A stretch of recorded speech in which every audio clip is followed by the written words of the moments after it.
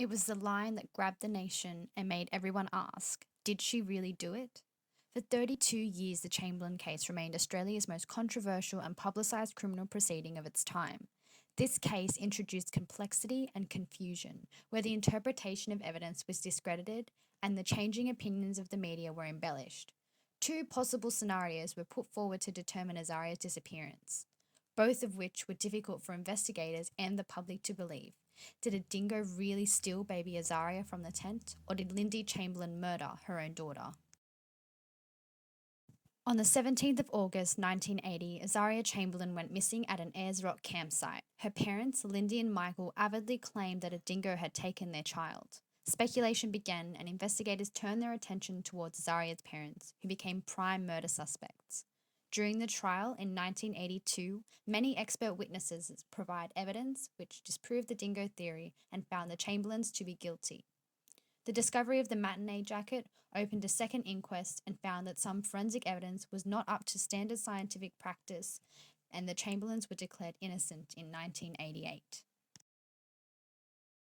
Of the substantial amount of forensic evidence presented during the trial, the most significant were Azaria's jumpsuit, the blood found in the Chamberlain's car, and the matinee jacket. These pieces of evidence heavily influenced the outcome of both trials and favoured the prosecution in the initial trial. The way in which these tests were carried out make us seriously consider the credibility of the forensic experts at the time and the reliability of their results. Forensic odontologist Kenneth Brown conducted experiments where a carcass was fitted with a jumpsuit. A dingo removed the carcass from the clothing in a similar manner as to which Azaria's clothing had been found, supporting the dingo scenario.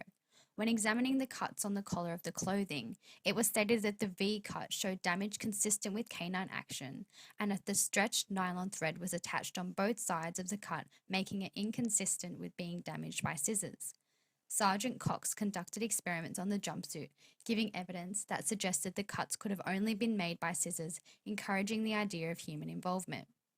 Professor Cameron, a forensic pathologist, stated that the blood pattern on the jumpsuit was consistent with the throat cut by a sharp instrument due to the circumferential pattern of bleeding around the neck. Joy Cool performed experiments on the arterial spray of blood found in the car. She conducted a presumptive orthotoluidine test, which showed a negative result.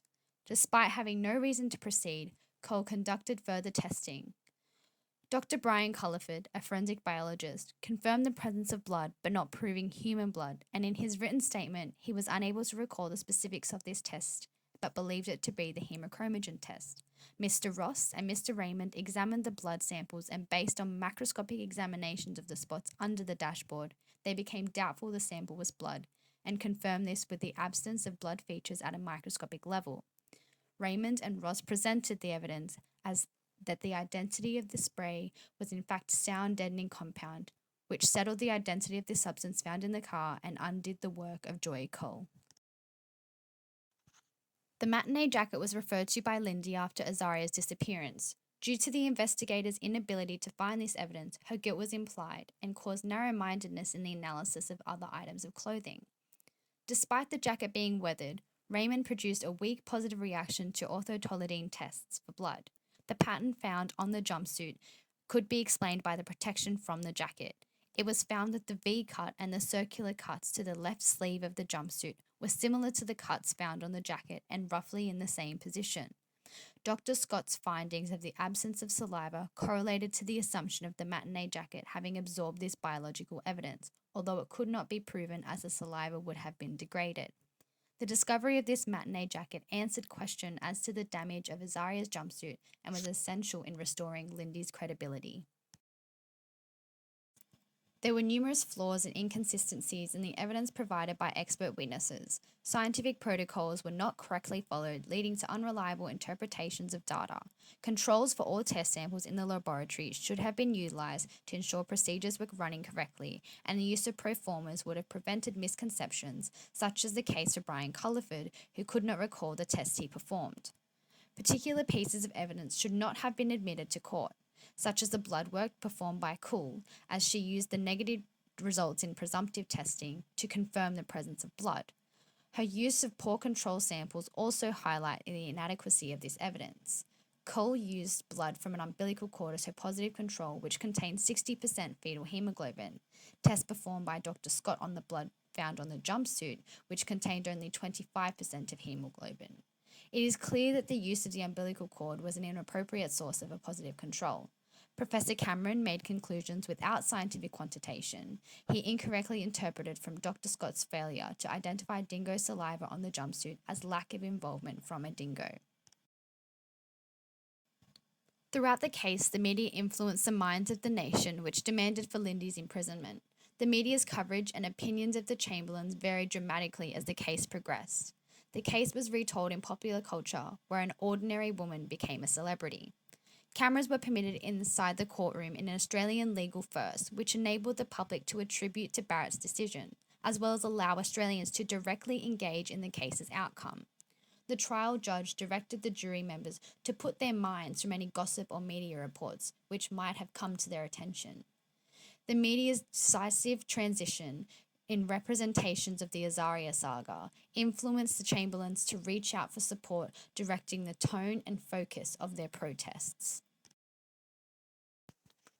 Lindy was charged with first-degree murder and was sentenced to life imprisonment, and Michael was charged with accessory to the fact. 6 years later, Azaria's matinee jacket was discovered, and this opened up the Chamberlain case again.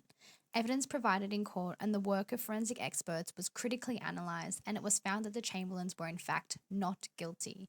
They were exonerated in 1988. So, is she guilty? After 4 inquests, 4 years in jail, and 32 years of mockery, sympathy, and questioning, this epic saga came to a triumphant end for the Chamberlains in 2012 upon the changing of Azaria's death certificate by coroner Elizabeth Morris. The correct forensic procedures in this case were not followed, and opinions of expert witnesses were held with high regard despite the fact that some expert evidence should not have been admitted into court. So what will carry into the common memory? Is it the amount of rumours that brought it all about? Or will it be the human tragedy and the terrible injustices that followed in its wake?